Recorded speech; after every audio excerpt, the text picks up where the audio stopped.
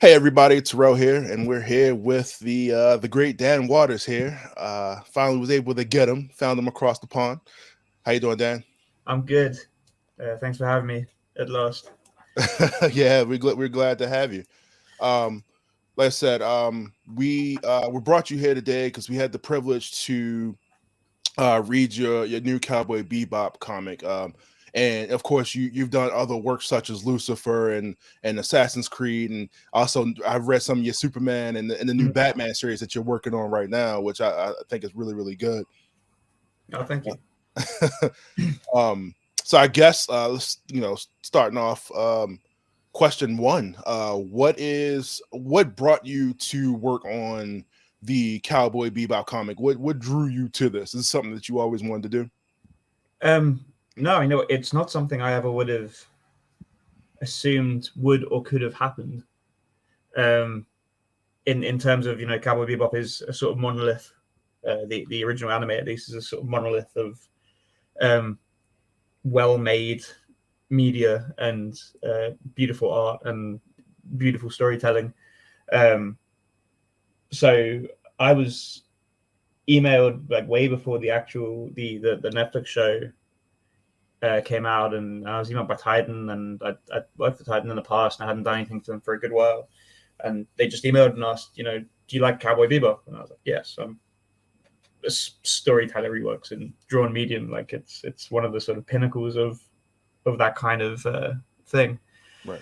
Um, and they were like, well, there's the new show coming out, and we are wondering if you want to write a comic. And it was actually it was a relatively stressful question because Cowboy Bebop is one of those things that's held up as such a Right. People real sensitive. yeah, real sensitive, Yeah. and also, but like kind of for a reason, which is that it's exceptionally good. Right. So you don't want to be the guy to come in and like mess that up.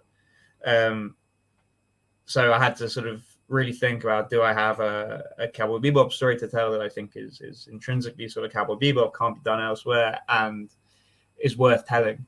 And as soon as I started thinking in that direction, rather than thinking about all the people looking over my shoulder, then I suddenly had a story and something I really wanted to do. So I said yes pretty quickly after that.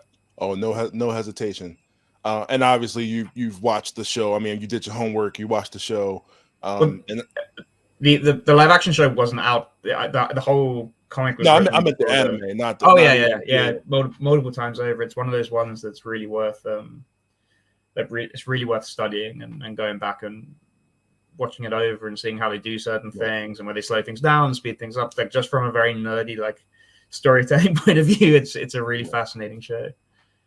Yeah, I could tell as I was reading it, like you really have a good sense of like I guess the voice of the characters, because it felt like I was jumping back into the show, not the anime, and of course this is like this is the Netflix adaptation of the comic or whatever, but it felt like I was jumping right back into that after watching those episodes.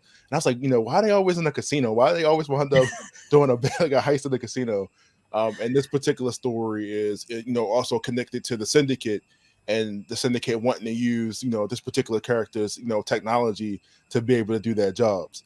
So I thought that was really interesting. That like I said, like it definitely grabbed me within the first one, Oh, first glad to issue. hear it. And yeah, it has to be a casino in the beginning. Like I wanted that opening scene to just feel like like if you just had to like sort of like boil Cowboy Bebop down into a single scene, Right. then what is it? And it's them, trying to stop a casino heist, and then it all going terribly wrong. Yeah, and one of the big things too is like the person they paired you with on the art. The artwork is really good. I had it written down here. Who you have? Lamar Matherin. Yes. Yeah. It looks really good. It's not too. I don't want to use this word, but like cartoony, for a comic book. But it looks like very. They look like the characters. You know what I mean? Like it's not too far fetched from what they look like on the show. Yeah, I mean, Lamar was someone that I brought to the table when we were talking about artists, because I just thought I'd seen he'd done some fan art, back in the day, like Cowboy Bebop fan art, and I followed him on Instagram and things. It was actually Casper Wingard, who I work with on other things, he turned me on to Lamar's art, and I just thought that Lamar was Yeah, he had the exact kind of like style. Like his stuff is cool in the way that Cowboy Bebop needs to be Right. cool, but it doesn't look like he's aping either trying to ape the live action stuff and drawing really sort of realist stuff, because I don't think that, if you're doing something that's drawn, like, you might as well bridge the gap between the two versions that exist. And it doesn't feel like he's just drawing anime onto the page. He's not just replicating the anime style exactly. So I think that was exactly the way we wanted to go, was to show that this was its own thing, but also intrinsically Cowboy Bebop. Now, I guess you pretty much, I'm not sure how much free reign you have with this, because it's still a sensitive property. It's still you're coming off another. How much free reign do you have with this, and where do you want this to go? Where do you want to see this go? I mean, we had like pretty free reign in terms of, we knew that what we wanted to do was tell a story that felt like a lost episode. Right. So free reign to go in the kind of directions that I'd want to go, which is also what I think makes Bebop appealing, is that it can just take these characters and just kind of go off in its own direction, and go off on a sort of tangent for an episode, or for 2 episodes, for 3 episodes. I mean, that's essentially what the show's built up of, is these very different kind of stories.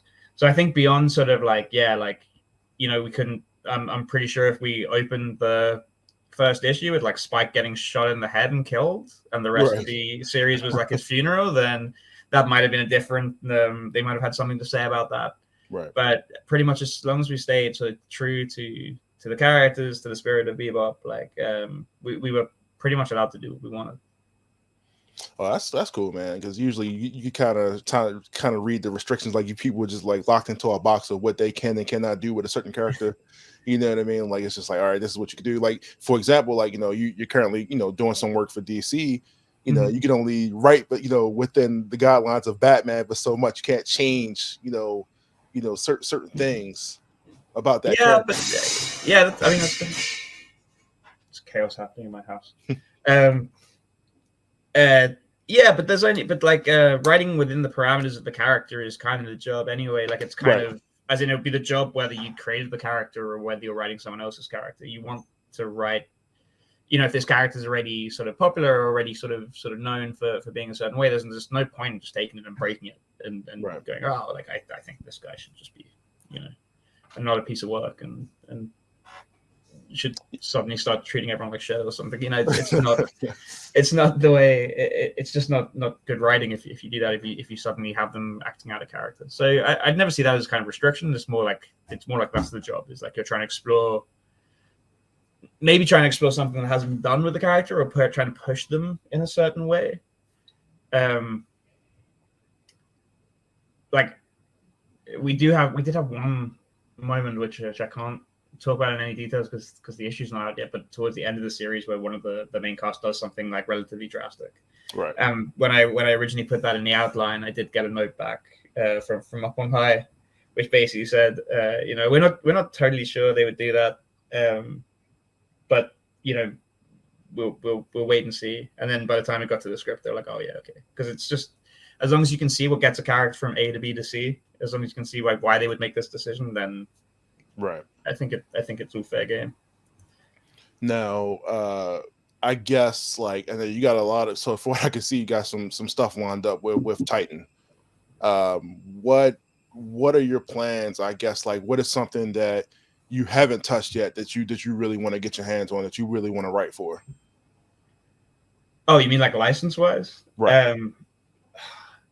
Oh, dude, I wish I had a more entertaining answer to this, but like on your vision board right now. The problem is I try not to think in those kind of directions, just because it doesn't tend to be sort of super helpful unless this specific gig happens to sort of fall into your lap. So I prefer to spend my time sort of like making up my own stuff. I don't really have this no like I know it's specific like it's all over the place, right? It's just it would also, it would end up being like weird stuff, like Mummy's Alive or something like that.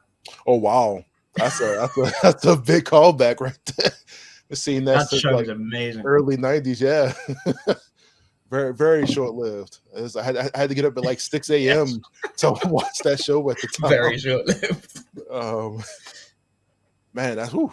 Um, but yeah, like I said, like it's just a lot that I know you could potentially get involved in. But like I said, you get involved with DC, touching Assassin's Creed, which is another big, comic, because Titan seems to be hitting a lot of video game stuff and a lot Sure. of like, anime adaptions. Like you said, hitting in between those little stories in between the story. Those moments when the camera goes off.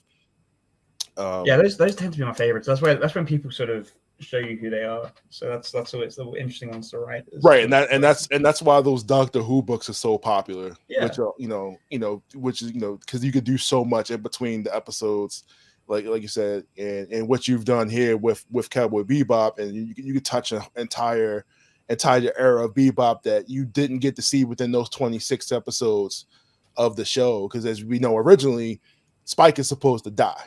Like that's the story. There's no spoiler there. Spike dies at the end of that series.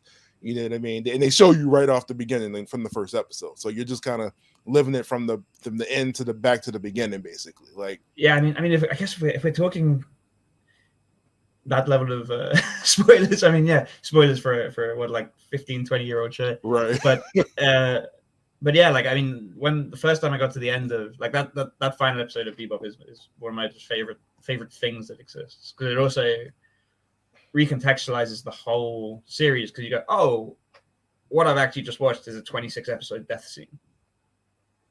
Like he's already dead at the beginning. He's already right. he's already sort of like checked out. He doesn't know. He knows that he's sort of gone, and everything up until then is the dream before he's actually gone. It's just his last little bit of life, and he's just flying around the galaxy with a couple of friends and getting into some scrapes. But Right. his life is already over. That is one big thing that I do. I like on the Netflix side that they changed, because there is so many stories that I could tell. And that was kind of always my biggest gripe with Cowboy Bebop, is I wish they had shown them do more bounties. Because at some point they had to have at least one successful one, and that's why I really like the comic here, because this really gets in like the bounty stuff that they were doing, instead of like because a lot of it is like their own personal stories, and it's kind of within the shows their own personal stories, and them not doing bounty. So hoping to get more bounty stories out of the comic here. So like if issue 3 is all bounties. That's a fun one. okay. Yeah, especially dealing with a character in this particular in issue 1 that could pretty much not ever be touched, like has black cat's power basically as a form of technology.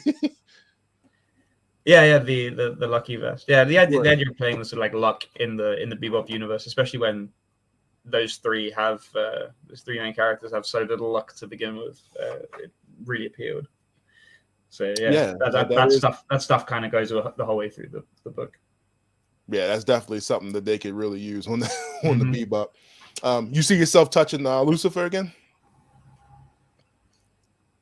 I mean, I can't imagine how that would come back around. That book was a delight. I wrote that for 2 straight years, and that was like every month I would sit down and write 22 pages about the devil.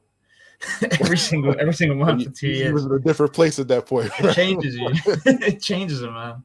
Had to write that in the dark, lights out.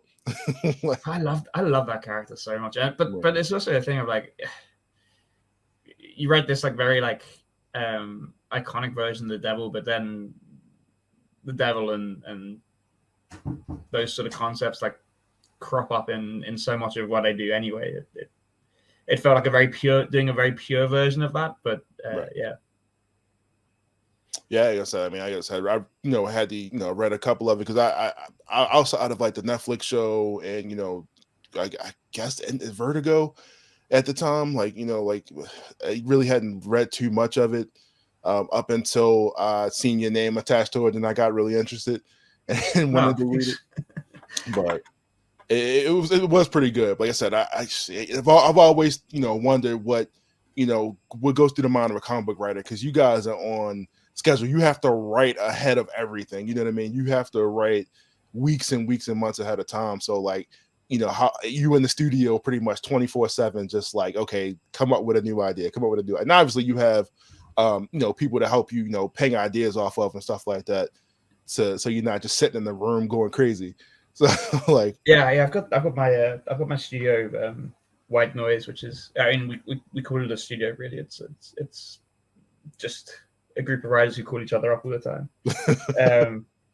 And we, those are my kind of like safety net and sort of sanity net in regards to those kind of things.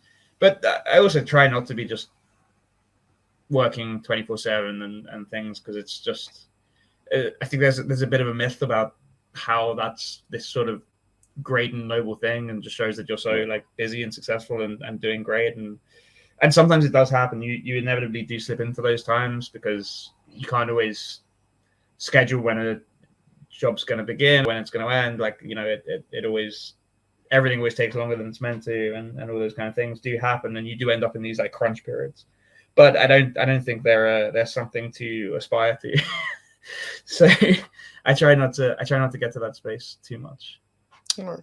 Oh, I guess going into my final question here. What I don't know if we talked about before. What anything future wise that you can go into that you're currently working on that you can reveal, or any non NDA, of course. What have I got coming out? I've got the adaptation of The Man Who Fell to Earth coming out through Titan. Okay. Which is coming out as a graphic novel. I'm excited about that. That was another one that they asked me to do. And again, like you asked me before about it, they're like things you want to get your hands on. And it's like, it tends to be more of a thing of like, I had no idea that would even be on the table. And then they say, do you want to do that? And it's like, oh yeah, I do want to do that. Because they also gave me some license there to update things and sort of retell the story of this 70s film, but through a sort of like modern day lens. And that really appealed to me, because that's one of my favorite films as well. Nicholas Roeg, the director of that, he also directed Don't Look Now, which is one of the best horror films ever made. And I think The Man Who Fell to Earth is one of the best sci-fi films ever made. So that's a really cool one. I think that's coming out towards the autumn. Other than that, I'm still wrapping up. We're still wrapping up Arkham City, The Order of the World, which is my current miniseries coming out through DC, and that one's so much fun. That's been like one of my favorite things to ever do. And Volume 3 of we're just starting Volume 3 of Homesick Pilots, which is my book over at Image. You all over the place, man. Jeez, I was like, I had to like look and make sure, like, because I was looking this up, I was like, this is the same. It can't be the same guy working all these jobs. It's like, there's no way he's able to do all this at once. You know what I mean? He can't be a DC Image, but of course, writers. I think that can also be. It can also be a bit of a. There's a little bit of a smokescreen there in terms of like I think I finished writing the Man Who Fell to Earth like in the middle of last year, like June or July last year, and now it's only got announced about a month ago, and it's coming out at the end of the year. So it's that sort of, there's always this, there's a massive like time delay between when you're writing stuff and when you're talking about it. Like I finished writing Bebop 6 months ago as well. Yeah, we just getting it down. Like, hey, just let me know if you got a twin brother that you got also working that everywhere else. Like, I wish. But look, Dan, I really appreciate you taking the time to do this. Like I said, I know we trying to catch you across the world there. Yeah, thanks for being patient with me. It took a minute. Thank you. I'm glad you were able to do this for us. And like I said, on that note, I'm glad I got the opportunity to talk to you, because like I said, I really enjoy your work here, man. And I've really been enjoying that Batman. I did get the chance to preview, and it's really, really good. And of course, I can't wait to go hit the Cowboy Bebop on the shelf, because that is coming out now in February. Mm-hmm.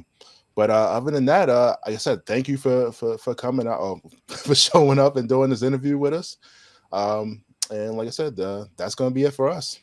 Great. Thanks very much for having me. No problem.